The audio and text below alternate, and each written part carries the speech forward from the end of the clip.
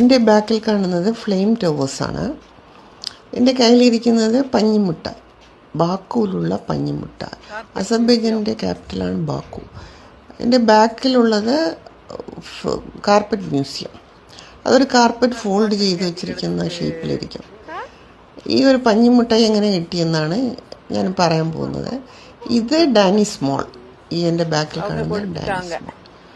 ഇതൊരു വലിയ ഷോപ്പിംഗ് മോളാണ്. അവിടുത്തെ ഞങ്ങൾ ഡാനിസ് മോളിൽ നിന്ന് വെളിയിൽ വന്നപ്പോൾ ഒരു ഷോപ്പ് കണ്ടു, ഒരു ചെറിയൊരു ഷോപ്പ് കണ്ടു. അതിൽ 2 യങ്സ്റ്റേഴ്സ് നിന്ന് ഏതോ ചെയ്തുകൊണ്ടിരുന്നു. ശരി, ഞാനും എന്താണ് ചെയ്യുന്നതെന്ന് നോക്കാൻ അങ്ങോട്ട് പോയി. അപ്പം അതിൽ എഴുതിയിട്ടുണ്ടായിരുന്നു ഫ്ലഫി കോട്ടൺ ക്യാൻഡി ഷോപ്പ് എന്നെഴുതിയിരുന്നു.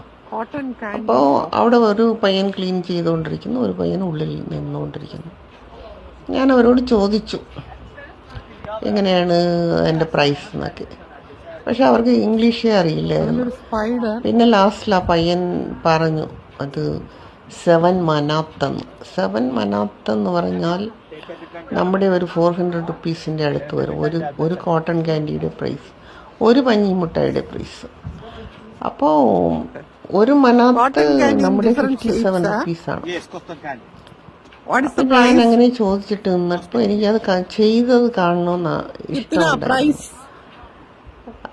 ഞാൻ ചെയ്തു വെച്ചിരുന്നു അവിടെ. അതിനെ കാണിക്കാൻ പറഞ്ഞപ്പോൾ ഉള്ളിലിരുന്ന ആ പയ്യൻ എടുത്ത് കാണിച്ചു. അത് വളരെ ബ്യൂട്ടിഫുൾ ആയിരുന്നു. കണ്ണ്, മൂക്ക്, കാതൊക്കെ വെച്ച്, ചെവിയൊക്കെ വെച്ച് ചെയ്തിട്ടുണ്ടായിരുന്നു. അതിങ്ങനെ എടുത്ത് കാണിച്ചു തന്നു. അപ്പൊ അതിന്റെ ഡെമോ കാണിക്കുമോ എന്ന് ചോദിച്ചു. അവർക്കൊന്നും മനസ്സിലായില്ല. പിന്നെ എടുത്ത് കാണിച്ചത് തന്നതിന് ശേഷം പിന്നെ ആ പയ്യനെ ഡെമോ കാണിച്ചു തന്നു.